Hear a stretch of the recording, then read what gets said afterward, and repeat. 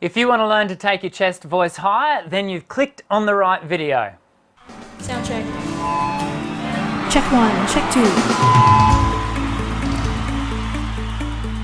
G'day there, my name is Dr. Dan and I'm a contemporary singing voice specialist. It's my absolute privilege in life to help you realise the full potential of your singing voice. And that's what we do here on the Voice Essentials channel every week with new videos. Voice Essentials is a global community where everybody sings.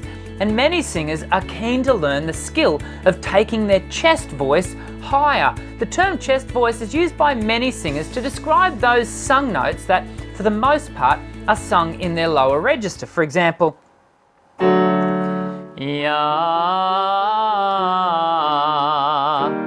ya. They're a deeper, more powerful note, but for most singers, there's a point at which the voice needs to change into the upper register. This change in sound is referred to by many as head voice.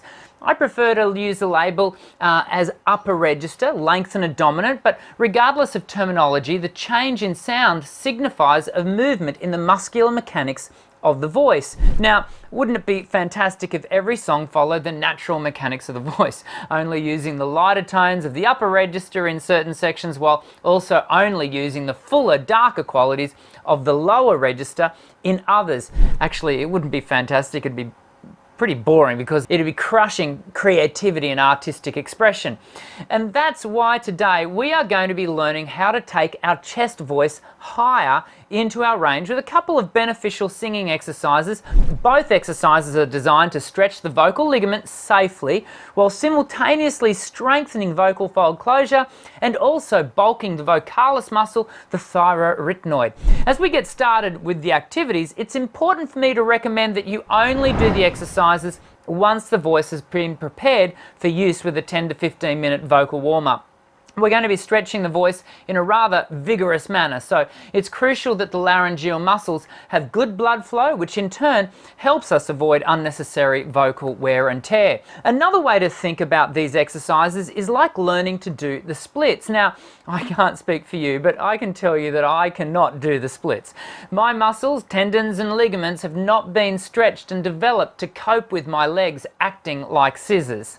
Now, what I do know is that with a bit of work over time, in my case probably months and years, I could probably stretch my musculature out to a point of successful scissor split.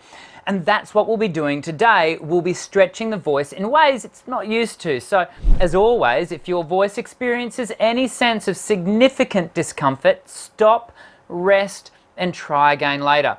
The first activity we'll be doing is taken from Dr. Joseph Stempel's vocal function exercises. Now, typically used for strengthening vocal fold closure, we'll be aiming to take the exercise a little higher than Dr. Stempel's original instruction. I'm going to be doing this exercise in the female key, so I'll be commencing on C4. Now, guys, you might like to try starting the exercise a little lower on G3.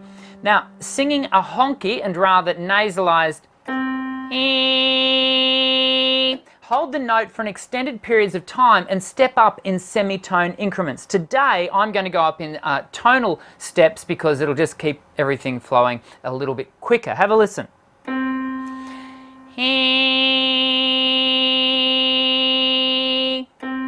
Well, that would have been a semitone. A tone.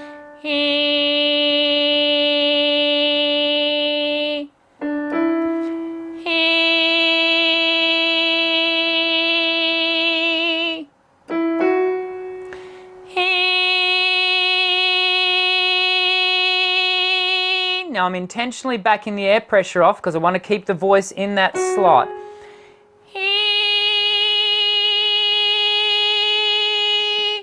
That was an A flat 4 up to a B flat 4.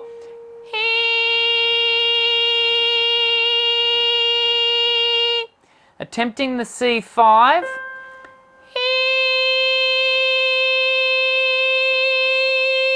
Do I go for the D5?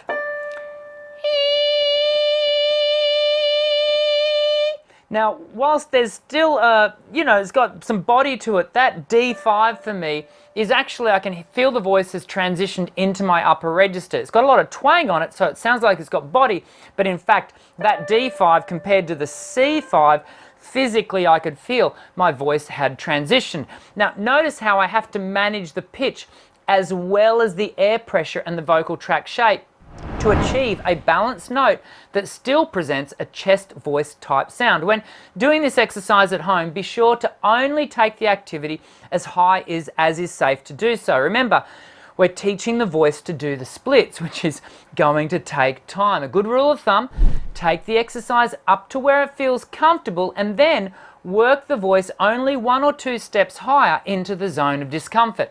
You'll want to apply the same rule to the next activity, which is taken from my exercise CD, Dr. Dan's Voice Essentials. We'll be using the exercise 6 for today's workout, but you might like to download all 18 tracks if you're keen to develop your whole voice. Exercise 6 is titled Developing Belt, but today we'll be repurposing the exercise slightly to help us work our chest voice higher. I'm going to do the activity sitting down at the keyboard, but I encourage you to stand when using the exercise track. Now, here it goes. I'll start on G3. Never, never, never, never know. Never, never, never, never know. Never, never, never, never know. Never, never, never, never know. Never, never, never, never know. Never, never, never, never know. Never, never, never, never know. Notice on that top one, which is an A4, I'm having to never, never, never, never know. I'm having to focus the note in. Never, never, never, never know. Never, never, never, never know. B4, never, never, never, never know. C5, never, never, never, never know. Never, never, never, never know. The C sharp 5, never. And I can hear my voice transitioning, and I would only take it another step or two into my zone of discomfort to continue to workshop and stretch those muscles, to look for the bulking of the thyroarytenoid muscle. You may have noticed that I was producing an energized sound that had a bit of volume to it. I want you to resist the natural temptation to start yelling into your high notes on this exercise. Your body is going to want to recruit more breath pressure and more push as the notes climb higher. Do not give in to this temptation. Do your best to keep everything balanced and even. This exercise will help you to strengthen and bulk, as I said earlier, your thyroarytenoid muscle, which is needed for taking your chest voice higher. As we finish, it's also important to note that there are acoustic components taking place when we do this exercise, and they're all about helping to take the chest voice high, but we've not covered those things today. We'll include that in a future video.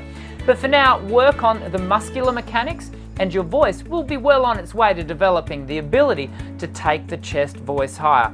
Let me know how you get on with the activity in the comments section below, and don't forget to hit the thumbs up button if you've enjoyed the video. I'll see you again soon. I'm Dr. Dan. Sing well.